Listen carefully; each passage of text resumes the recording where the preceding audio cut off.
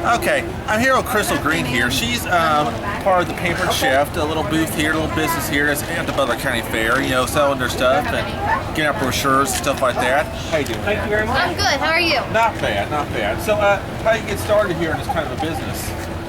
You find a consultant that is already selling. I was at one of these booths myself, talked to the consultant, she talked to me and told me what it was about. I liked the philosophy, so I decided to join myself. Their philosophy is to bring families closer together at meal times. They want to bring family back to the dinner table and really focus on family and, you know, bringing the family together, which I enjoyed. We sell different cooking supplies and gadgets and tools, which is nice to get dinner on the table quick and easy. Dinner doesn't have to be some massive experience. If you cook and easy, 30 minutes in the microwave and done. So that's what we like to do. You gotta bring families back because you think it's got too much, kind of like families are kind of like tuned out. Like you want to be sitting in front of the TV and not be sitting in the bedroom eating and all kind of stuff. You want that stuff to kind of stop a little bit. You want to be able to sit and kind of have conversation. Well, I mean, families are so busy now, they eat in shifts. So if you can get the family together on a quick recipe, like 30 minutes, you've got a meal on the table, then everyone can eat together. Or, you know, something that they can take with them. Fast food is unhealthy, as we know nowadays, and so, I mean, easy, fast products. Just because it's dinner at home does not mean it has to be take longer than fast food. And you can prepare food ahead of time and have meals already ready to go, and that's a nice thing. It's what you want out of it. It helps you out, it helps families out. Now, what's your phone number? Where you guys located out here in Hamilton or in Ohio? What kind of? There's consultants everywhere. You can go on the website if you wanted to and find a consultant in your area, or you can stop by booths like I've got set up right here and talk to someone that you know, and we spread word of mouth usually. You had to raise money. How did you get this booth here at Butler County Fair? I know a director, and she gets this booth every year. She does pay for it, so it's not a donation or whatnot. And it's just something that we believe in, so we've all paid for a part of the booth to kind of help bring this to families and share with other people. Now, I'm kind of a fix it, kind of an instant, quick and kind of guy. Microwave a lot. I pop pizza into the oven, get it done in 30 minutes. What kind of stuff would you recommend for me here? Like, what kind of stuff? Show me some of your stuff here and your gadgetry and tell me about it and stuff like that. Well, do you do homemade pizzas, or would you much rather do box? I do like the box pizzas. I put them in. Okay, how many times does your box pizza cook unevenly, or your center is cold and ooey gooey, and your outside is brown and crispy? Kind of like 50-50 at the time. Well, we've got our stoneware, and the nice thing about the stoneware is it cooks evenly. Right here, there's a pan.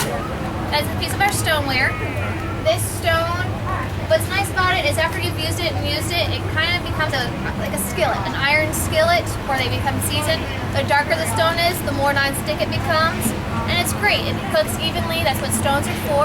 It doesn't add moisture to your food, so your pizza comes out cooked evenly.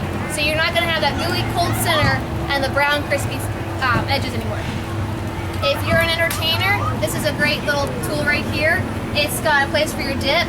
You can put your fruits or veggies depending on what you want. There's several different slots. These are actually freezer packs. You can put your deviled eggs on one side, or you can use chocolate covered strawberries. Pop it in either way you want. Comes with a lid. This would be great for churches or banquets or anything like that too. Yes, great for that. Take all this out, it becomes a nice cupcake holder. Quick stir pitchers. Great for our non-stick pans. It's our DuPont covering, Autograph 2. It's kind of like your Teflon, but it's not made of Teflon. If you were to scratch it with a knife, it's not going to flake, so your mashed potatoes don't look like they've got black pepper in them. Lifetime guarantee. If anything happens to them and you've used it the way you're supposed to, we'll replace it for free. No questions asked. What's the best kind of food? You say mashed potatoes. What's the best kind of food to make in there? Even for the young child or whatever. Pancakes. My kids love pancakes, and what I do is I put it in here. It cooks nice and evenly. I put sprinkles on the other side, and when I flip it, cooks the rest of the way. They got sprinkled pancakes. So they love pancakes. Bacon. This slides right out of here. The way this lip is, you can pour things out of it easier without it spilling all over the place. Handles for hanging. So, and what's nice is some of our bigger pots, they've got the lids. The lids will actually slide right onto this, and you can still hang it. So you got lid hanging. Great convenience, easy to put away. We've got things like our bamboo sets also. People are going green. Bamboo is a grass. It's a renewable source. So that's what's nice. It's lightweight if you want to feel that. It comes in a variety of sizes. We got cutting boards, cheese boards. Great for chips and dips. They're also they're also pretty. So if you just want to put some candy in it and show it for the holidays, you can do that. So we've got cooking for any kind of need. For any kind of need, basically. And how can people get in touch with you, basically? Who your phone number out? Your phone number, your business numbers. My business numbers, yes. You can contact me at chefcrystalgreen@yahoo.com. That's my email address. Feel free to email me. I can also send out newsletters each month, kind of let what's on special, what's on sale, and just share new recipes and ideas. What's like the most difficult thing about this job? What's like the easiest? It depends. If you're not a talker, you don't like being in front of people, that's gonna be the most difficult, is actually getting out in front of people and talking to them. If you're a great person to talk to and people love you, you know, you might not be a good cook. You don't have to be a good cook to sell these things or to demonstrate it. Pampered Chef gives you everything that you need. They give you the tools, they give you all the paperwork, they give you support, so you can always go online at any time, take courses to learn what to do, what to say, phone conversations. They're there. You've got an entire team right behind you. It's not just some random pyramid scheme. No matter how far you work up the ladder, you still always have to sell. You're right there with your team the entire time, so you're not ever by yourself. Have you guys ever done like house calls or anything like that? Like maybe an example, like that's what we're known for. We're kind of like Tupperware or Avon, things like that. We go to your house, we have a party, we do a demonstration, show you how to use the tools. You're more welcome to buy the tools, or you can sign up as a consultant yourself. Do you know what's the top food as far as you guys like getting like from clientele? What seems like the top foods? Or do you have questions about like as far as like how to make or whatever? Well, right now we're in the summer season. We do have grilling items, so we've got women that are wanting to learn how to use the grill, man the grill, and actually be out there. So that right now is our top question. Winter time, it's our holiday. Well, what kind of recipes are good for the holidays to serve? What kinds of ideas should I do? And that's what we're always here for. We got all kinds of ideas to kind of spice up to the electrician whatever's going on in your life. Local 648 for donating time and material for some of the improvements at the fairgrounds this year. There's a large variety of things you can do with it. I actually learned from Pampered Chef how to do a chicken pesto tomato flatbread. We take a Pillsbury dough, we lay it out, brush it with oil, you stick chicken, and then the pesto sauce that you actually make homemade. Some fresh Parmesan cheese, which you grate ourselves, tomatoes, stick in the oven with some basil, the chicken, and it's amazing. Skin or skinless? Which is your favorite? I like skinless. Really? Yes. I'm more of a skin person myself. Well, I mean, If you're going to finish, you're safe. I like the skinless because you can then... Okay, go ahead. Okay, we're here at Innovative Hospice Care booth here at the Butler County Fair. Basically, this is for care for people basically like disabilities and all kinds of stuff, sick people and everything like that. I'm here with, what's your name? Tracy. This is Tracy here. She's running the booth. Her and her therapy dog down here is Golden Retriever. Gus. Named after from Cinderella. Aww. Named after the mouse from Cinderella. Ain't he cute? Mm-hmm. I was all over his dog too at the Butler County. I was all over his dog too at the expo, by the way. Yes, we were at the Business Expo. Yeah, and I was all over your dog there too. I just love the dog. Yep. Whenever there's a dog around, I just can't help it. Well, that's what's good about it, because that's what he does. He's a therapy dog, and for Hospice Vitas, he's in the Paul Powell program there. Paul Powell program? Mm-hmm. And what he does is he travels around to hospitals, retirement homes, and visits patients to, just put a smile on their face, to make a better day for their lasting time. Their lasting times. Yes. So far as like working, like, do you guys do business for, because by Hamilton High School, there's a Hospice of Hamilton over there by Maristop and stuff. We're located all over, in every county, in every city. We're always welcoming volunteers. They're always welcome. If you have a dog that you might want to bring in to be a therapy dog, we'll be, more than welcome to interview you and get your dog certified, and they can also travel around and make somebody happy. So you bring your dog in to be a therapy dog? Yes. And what Yes. kind of testing we have to go through for this? I mean, basically what kind of stuff? Hospice Vitas has their own testing program. They will certify your dog. how Plus about you'll the be course? trained. Right, they have a course that they go through. And you have a course to be a volunteer. So there's an extensive course and testing that you go through as well. That is so rewarding. Yeah, well, I was going to talk. You've been to this. You've been to I've this been course. through it all. Well, I like to talk to you about some of your experiences there. Like what stuff that they really have. It's like some kind of like obedience school where they kind of teach dog proper etiquette. I've actually or trained what my they dogs do? myself. Okay. So he's already obedient. So when I brought him in, he already passed their testing because he's already passed all that. Like they'll make sure he's friendly. I want to make sure that they're friendly, well-mannered. They can't be aggressive in any way. They also make sure about their tails because you have to be conscientious if people are on IVs, not bumping into things. They pull their tails, make sure they don't bite. You have to be able to sit and stay, be able to walk by your side, just be well-mannered. How old is this dog anyway? Gus is actually only 8 months old. Really? Because I Yeah. thought maybe because of the gray on his snout there, maybe he was. No, he's almost 8. He's only 8 months old, so he's even got a lot more growing to do. Got a lot more growing to do. Golden Retrievers. What's your favorite kind of dog? All of them. Oh, you Just like a- dog. you like Period. a is my period. favorite. Yes, dog. Period is my favorite. I grew up with dogs. I had like a German Shepherd, a Doberman. Yes.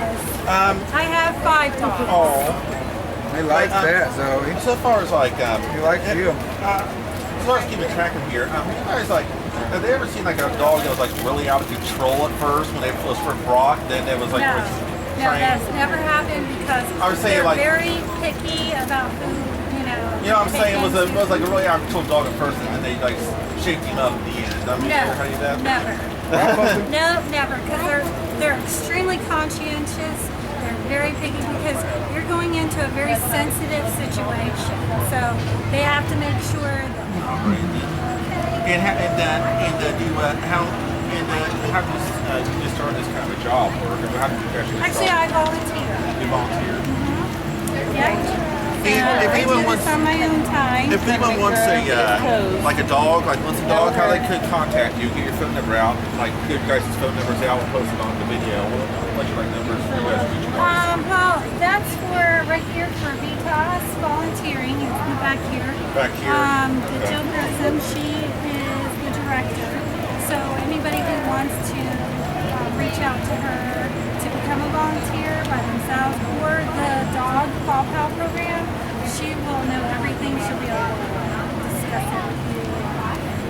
One more question. There's a lady that actually volunteers for hospice, Uh-huh. and she makes these bears. They're called she makes them for all different kinds, and this is for the That's kind of a neat little bear right there. Yeah, this was for the 4th of July. Thank you very much. Thank you. Nice seeing you. Nice seeing you. I'm here with, what's your name? Doreen Barrett. Doreen Barrett. She's with McCullough. I hope I say his name right. McCullough Hyde McCullough Hospital. Hyde Memorial Hospital. Thank you, Pam. You're welcome. It's in Oxford. I just moved from Oxford. Oh, you just moved in Oxford. I moved out of Oxford, Moved out of back Oxford. to Hamilton. Here with her, and she's here at the booth for the hospital, McCullough Hyde Memorial Hospital. We're going to talk to her about it. How you doing? I'm good. How are you? How'd you get this booth here? Every year, McCall Hyde has a booth at the Butler County Fair. Let's try to get. How many was one out here? I mean, how to get you? I mean, it's better. Yeah, I'm afraid the here might pick you up. I'll pick you up. Okay. Yeah. McCullough. To get you both in, I had to back that. Okay, there, that's good. Now, you're from McCullough Memorial McCullough Hyde. McCullough Hyde Memorial Hospital. And how'd you get the booth? We have a booth here every year at the Butler County Fair to promote the hospital. Okay, and like so far as like working at the hospital, how are you like in charge of the hospital? You like doctor, nurse, like are you like head president? Lower. I'm a coder. I'm a medical coder at the hospital. Oh, you're a medical coder. What do they do? Coder takes the diagnosis and the procedures from a patient and turns them into codes for insurance purposes and to track different causes of diseases. Do you have like things like, do you like put this on patients where you might like put like a coded wristband on, like to determine what illness they may have? No, coders work from home. Well, a lot of coders work from home. Every good position. And how you do most of your work? Do you like internet Yeah. or most of your work internet? And like client-wise, how many clients like come every day or whatever as a coder? Well, we try to keep 4 day lean on the code. So we try to code, like today we will code patients that were at the hospital 4 days ago in order to keep the bills current. Averagely, how many patients do you see like a day? Well, outpatients and ERs, a couple hundred. A couple hundred a day. Mm-hmm. Wow. So this range from like things like outpatient, like ERs, like maybe accidents, car accidents, gunshot wounds. I don't know how often you see those. Well, if they did, they would. McCullough Hyde is not a trauma hospital. They would probably be transferred if they came in with something that severe. Yeah, so you're more of a car accident kind of person. Someone falls on the roof. Cuts, bruises, contusions, concussions, things like that. Like what? How busy are you guys like during your trauma hospital, but like flu season, for example? Yeah, it's busy. How big? Now, how many people you like code? How your average? Like how often does your average shoot up, and how much?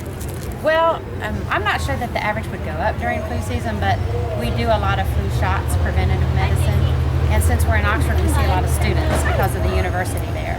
So we code a lot of alcohol-related. Isn't that the truth? Yes. Them college kids, they party. Just drunk and disorderly. Alcohol poisoning.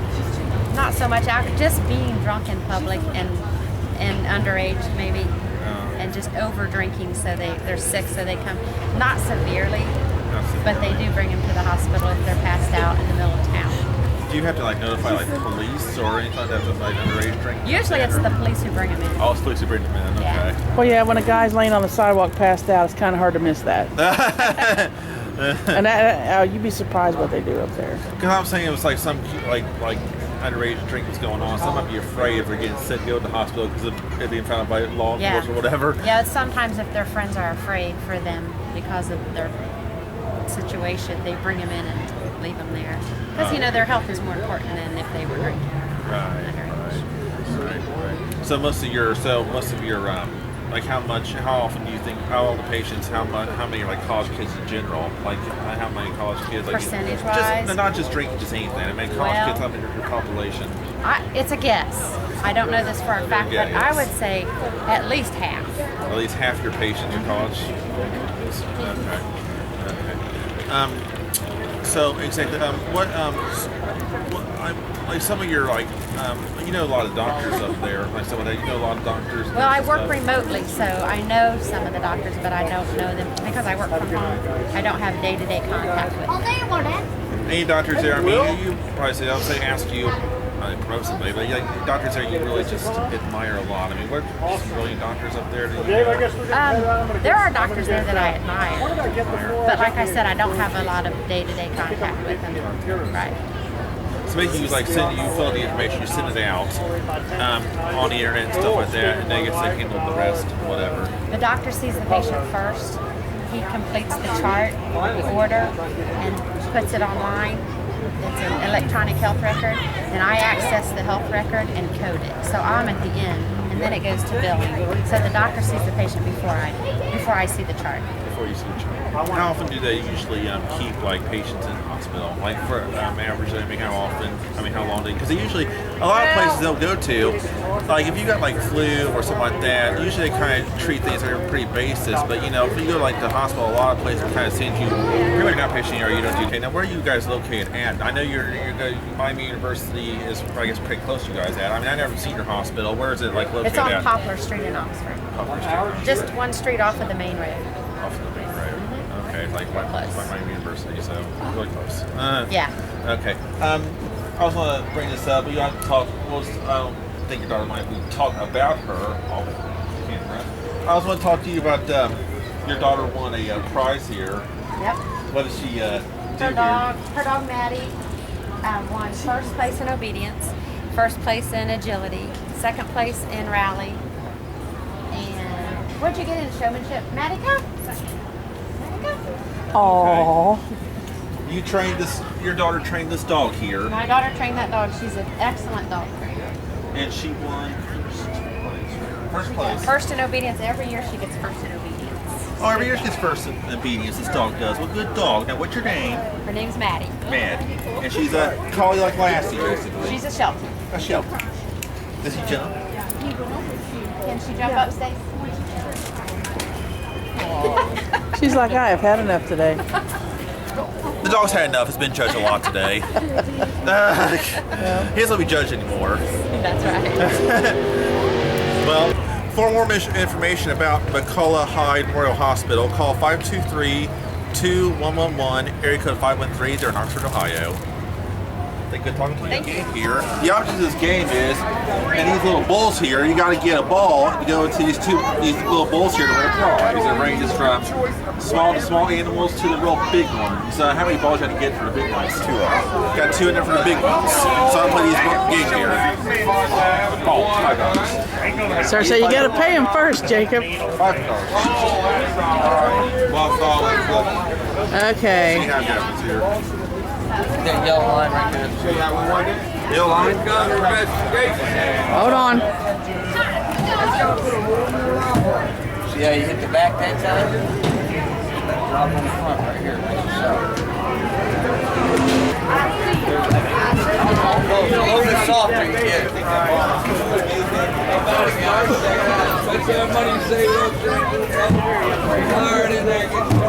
Here, let me help you. Swing your arm like that. Here we are, right here. Come on Toss it up like it. Make it drop. Like that. Like that. Make it 2 times like that. Have a little family fun. That's just practice.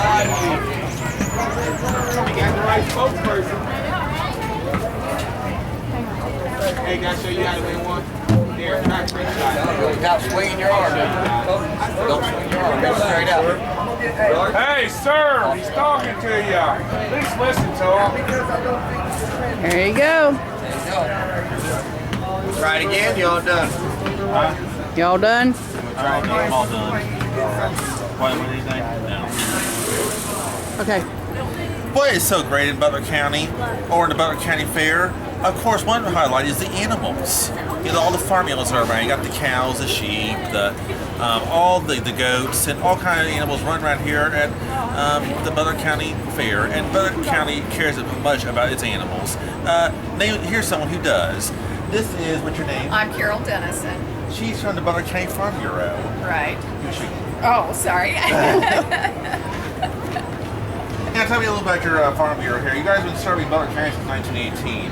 Right. So we've been around a long time. We try to help farmers out and give them information that they have a say in rules and regulations that are formed by people up in the Senate in Ohio, and help farmers out any way that we can. Well, now raising livestock, growing like corn and all that kind of stuff, for crops and everything like that. These are some of the problems that farmers have, keeping crops up, raising livestock or whatever. Like, what's like the top problem that the farmers tend to have? Like, what's your top problem that you have to help them with? I mean, what's like the most complaints that farmers come to you about?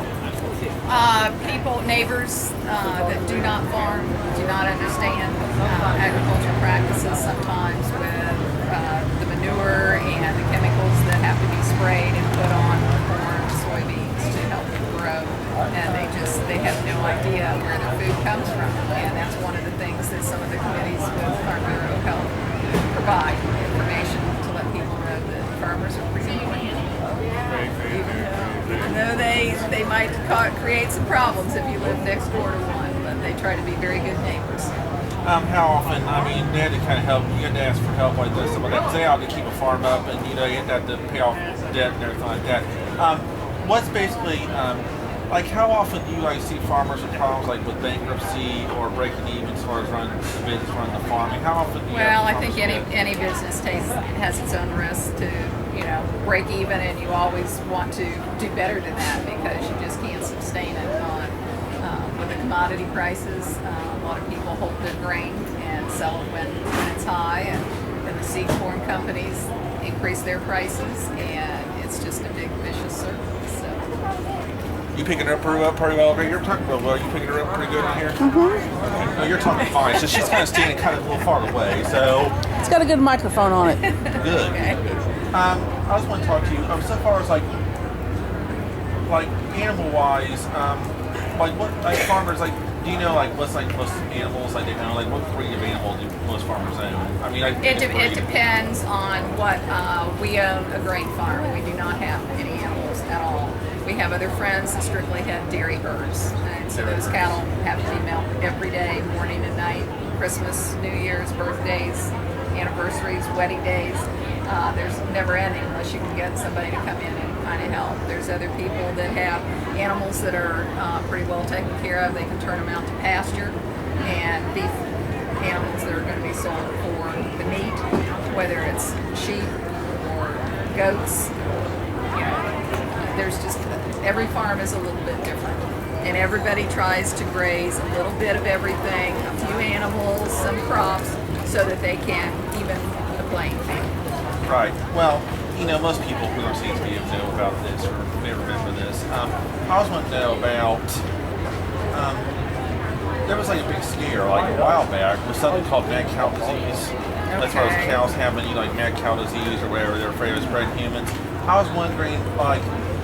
What was like you in the news a lot? I mean, you probably kept the news, probably heard about stuff like that, but it's been a while back. Well, all those type of things always get put in the news. So, and I don't, since we don't raise animals, I don't know anybody that ever had any of that problem.